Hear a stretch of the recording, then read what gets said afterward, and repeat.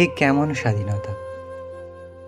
যদি প্রশ্ন করি স্বাধীনতার সংজ্ঞা, উত্তরে নিশ্চয় বলবে বিদেশি শক্তির দাসত্ব থেকে চিরমুক্তি, কিংবা পরাধীনতার শৃঙ্খলমোচন, অথবা স্বৈরাচারী শাসন ব্যবস্থাকে পরাস্ত করে দেশের আকাশে নতুন সূর্যের আগমন।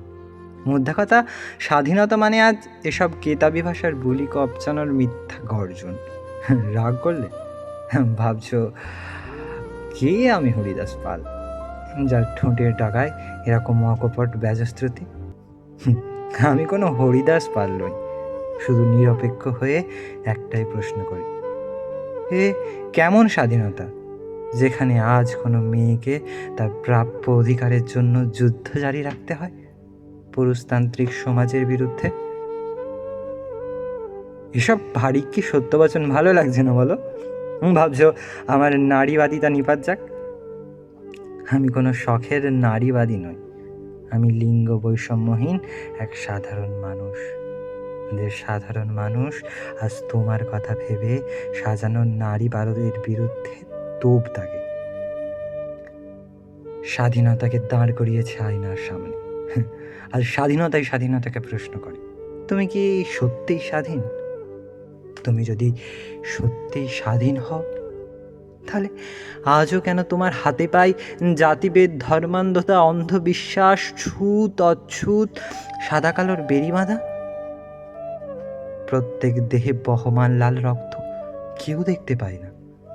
স্বাধীনতা প্রত্যুত্তরে নীরব থাকে, যেমন তুমিও হয়েছ নীরব। ভালো করে কোনোদিন ঠান্ডা মাথায় অবসরে নিজেকে প্রশ্ন করো, তবে কোনো হরিদাস পাল বা নারীবাদী হয়ে নয়, বরং নিরপেক্ষ এক সাধারণ মানুষ হয়ে, যেখানে নিজের সামান্য চাহিদা পূরণের জন্য অন্যের মতামত বরদাস্ত করতে হয়। শখ স্বাদ মেটাবার, স্বাধীনভাবে কথা বলারও যেখানে নেই কোনো ব্যক্তি স্বাধীনতা। তোমার ইচ্ছা, স্বপ্ন, এমনকি পোশাক পরিচ্ছদ, খানাপিনাতেও যেখানে জবরদখল করে বসে আছে মহাজনী সমাজ, যেখানে আদৌ কি স্বাধীনতা সম্ভব? অসম্ভব তোমার আমার স্বাধীনতা। আদতে কোনো দিনই আমরা না ছিলাম স্বাধীন, না আছি, না হব। আমরা চিরকালই বন্দী একে অপরের হাতে, সমাজবদ্ধ জীবরূপে।